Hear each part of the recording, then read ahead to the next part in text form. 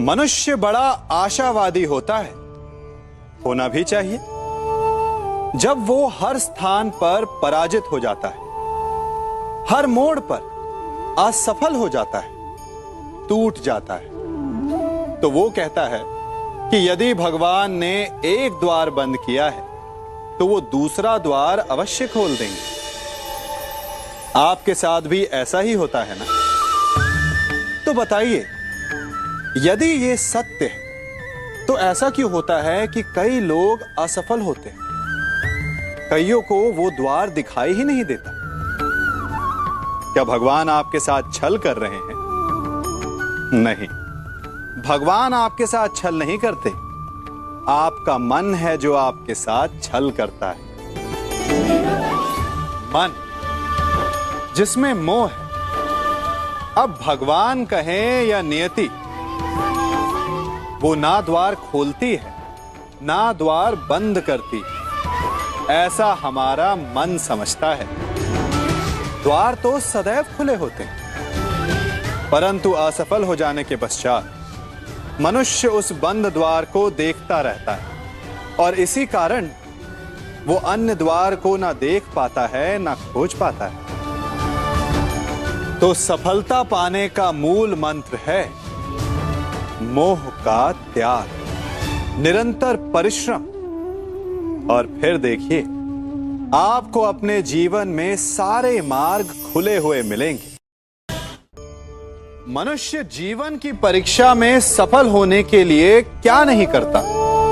वो परिश्रम करता है, दौड़ भाग करता है, और ये सब करने के पश्चात भी जब उसका काम नहीं बनता तो वो नकल करता है ना? तनिक लौटिए अपने बचपन में, स्मरण कीजिए अपने बचपन की स्मृतियों का। क्या स्मरण हुआ? विद्यालय में जब आप परीक्षा देने जाते थे तो क्या होता था? आप ना सहे, परंतु कोई ना कोई सफलता पाने के लिए नकल करता ही था और उत्तीर्ण भी हो जाता था, है ना? परंतु जीवन की परीक्षा ऐसी नहीं होती। नकल करने वाला सफल नहीं होता। कारण विद्यालय में सबके प्रश्न पत्र एक होते थे, परंतु जीवन के प्रश्न पत्र और उनकी कठिनाई सबके लिए भिन्न होती। तो निश्चित रूप से उनके उत्तर भी भिन्न होंगे ना।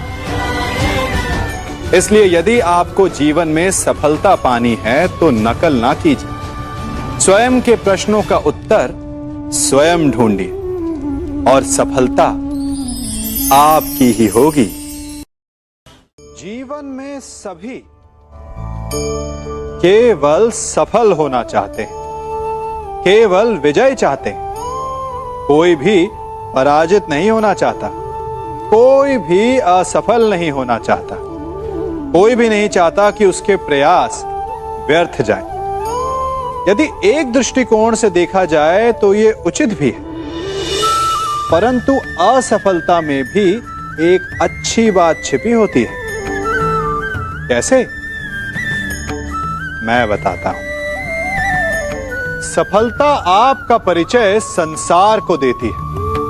विजय के पश्चात संसार आपको जानने लगता है और असफलता आपका परिचय संसार से करवाती है। पराजय के पश्चात आप अपने जीवन को जानने लगते हैं। इसलिए सफलता और असफलता से घबराए नहीं। यदि आपकी सोच सकारात्मक रहेगी तो यही असफलता, यही पराजय आपको और अधिक शक्तिशाली बनाकर प्रस्तुत करेगी और जीवन में विजयी बनाएगी। मनुष्य की लालसा बड़ी विचित्र होती है। सफलता पाने के लिए वो अंधी दौड़ में भाग लेता है। जीवन का लक्ष्य पाने के लिए वो जीना छोड़ देता है। स्वयं को और अपने समय को ऐसे व्यय करता है जैसे कि वो अमर है, कभी मरेगा ही नहीं। और जब मृत्यु की घड़ी समीप आती है तब उसे आभास होता है कि वो वास्तव में कभी जिया ही नहीं। रक्त श्वेत बहाकर, अपना स्वास्थ्य बिगाड़कर असीमित धन कमाते हैं और फिर उसी बिगड़े स्वास्थ्य के उपचार के लिए उसी धन को पानी की भांति बहाते हैं और अंत में खाली हाथ रह जाते हैं। है ना विचित्र बात? तो किया क्या जाए? इस समस्या का हल क्या है? इस समस्या का हल है शांति। अपना मन शांत रखिए और अपने जीवन का हर क्षण ऐसे जियो जैसे कि आज आपका अंतिम दिन हो। अपने जीवन में इतनी शांति से ज्ञान अर्जित करो जैसे कि आप अमर हो। मरना तो एक ना एक दिन सभी को है, परंतु इस विधि से आपका जीवन सरल, संपन्न और सफल हो जाएगा। कल मुझे व्यापार में बहुत हानि हुई, कहीं भविष्य में फिर से हानि तो नहीं होगी? मनुष्य भी अपने जीवन में विभिन्न प्रकार के चिंतन करता है। जो बीत गया उसके विषय में रोता है और आने वाले कल अपने भविष्य से भयभीत रहता है। क्या आप भी कहीं इसी प्रकार के चिंतन में डूबे तो नहीं रहते? तनिक सोचिए, जो बीत गया उसे बदला नहीं जा सकता, अर्थात उसके विषय में शोक मनाकर कोई लाभ नहीं।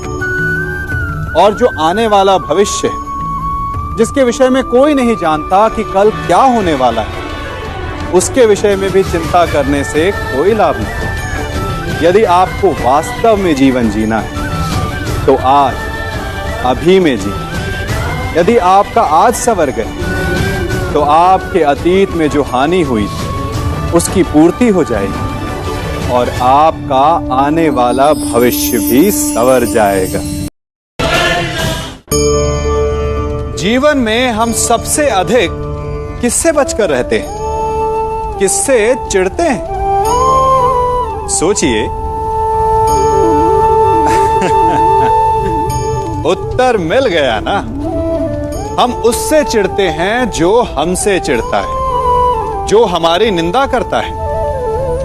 हम उससे बचकर रहते हैं, दूर रहते हैं। हमें लगता है कि वो व्यक्ति हर स्थान पर हमें नीचा दिखाएगा, हमारा अपमान करवाएगा। परंतु तनिक सोचिए, क्या एक निंदक से दूर रहना उचित है? नहीं। एक निंदक के जितना समीप रहो उतना ही श्रेयस्कर है। हमारे मित्र हमारी कमियों को छिपाते हैं, हमारी भूलों को दबाते हैं, परंतु एक निंदक हमारी कमियां हमारे समक्ष लाता है, हमें हमारे वास्तविक रूप से अवगत करवाता है।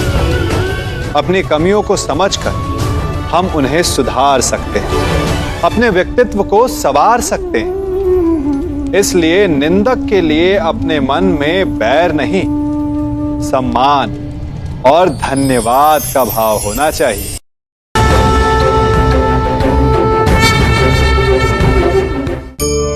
जीवन में कौन सी चोट सबसे घातक और पीड़ादायी होती है? भूखे पेट की पीड़ा, या निर्धनता की मार, या प्रेम में आघात, या शत्रु का प्रहार? नहीं, सबसे अधिक घातक और पीड़ादायी होता है विश्वासघात। और विचित्र बात यह है कि जितनी हानि, जितनी पीड़ा उसको पहुंचती है जिसके साथ विश्वासघात हुआ है, उससे कहीं अधिक हानि और पीड़ा उसको पहुंचती है जिसने विश्वासघात किया है। कारण, भले एक बार के लिए विश्वासघाती को क्षमा कर भी दिया जाए, परंतु दोबारा भूल कर भी उस पर कोई मूर्ख भी विश्वास नहीं करेगा।